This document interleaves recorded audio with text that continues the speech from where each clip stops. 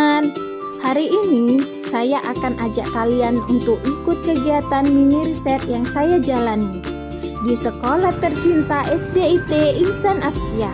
Nah, kali ini saya akan melakukan riset kecil yang sangat seru bersama Ibu Juli. Ikuti keseruan saya dari awal sampai akhir ya. Saya dari mahasiswa Insan BJ. Datangnya saya di sini ingin tugas saya menyelesaikan tugas saya yang berjudul dengan metode belajar platform. Oke.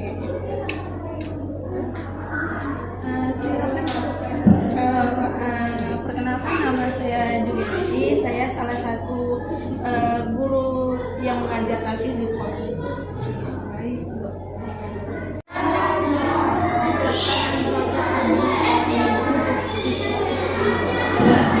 Kalau di sekolah ini kan setiap guru itu memegang beberapa murid. Jadi ada pengelompokan murid. Misalnya satu guru itu memegang 9 sampai 10 orang. Jadi untuk meroja itu biasanya tergantung sama gurunya, tapi paling tidak seminggu itu ada setidaknya 2 atau 3 kali meroja berkelompok. Bisa jadi merojanya itu bareng ustazahnya. Biasanya keseringan itu meroja itu sama ustazahnya langsung, karena seperti yang kita tahu kalau sama teman itu biasanya banyak mainnya.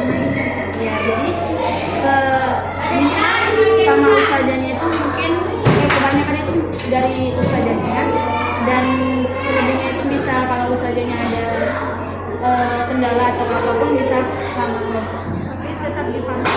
Iya, tetap dipantau sama ustazahnya.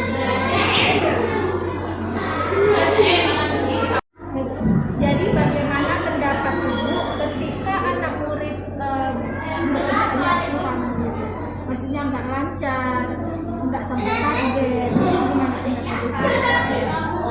Jadi kami di sini guru-guru juga selain memiliki grup satu kelas, di sekolah juga memiliki grup WhatsApp untuk kelompok tafsir masing-masing. Jadi setiap bulan atau setiap minggu itu anak-anak juga dipantau oleh orang tua seberapa mampunya atau seberapa pencapaian anak dalam satu bulan.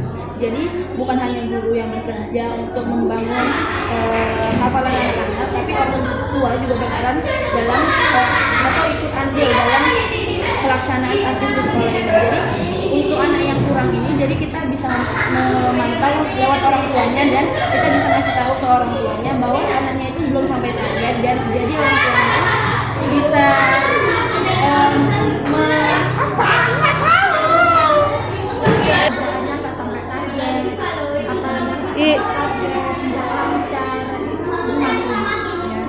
pasti ada ya. Kalau karena setiap orang itu kemampuannya berbeda-beda, jadi pasti ada dalam sekolah itu anak yang kurang dalam kemampuan menghafal. Jadi untuk anak yang tidak sampai target itu biasanya karena di sekolah itu menerapkan grup untuk khusus untuk hafalan atau untuk pencapaian anak-anak itu. Jadi orang tua itu kita biasanya menginformasikan ke orang tua bahwa anaknya itu belum sampai target. Jadi setiap bulannya itu pasti ada laporan ke orang tua. Jadi orang tuanya bisa menekankan sedikit untuk anaknya untuk mencapai target hafalan yang telah ditentukan. Kalau di sekolah biasanya pasti ada nasihat yang pertama kali pastinya. Itu dinasehatin dan ditanya apa sih kendala anak tersebut, kenapa dia tidak mencapai target atau kesusahan dalam hafalan. Biasanya juga kita membantu anak tersebut untuk bisa menghafal ataupun menambah hafalan di setiap harinya gitu. Jadi untuk merojaannya itu biasanya ya bareng-bareng ustazahnya, karena kalau sendiri atau sama teman biasanya kurang efektif.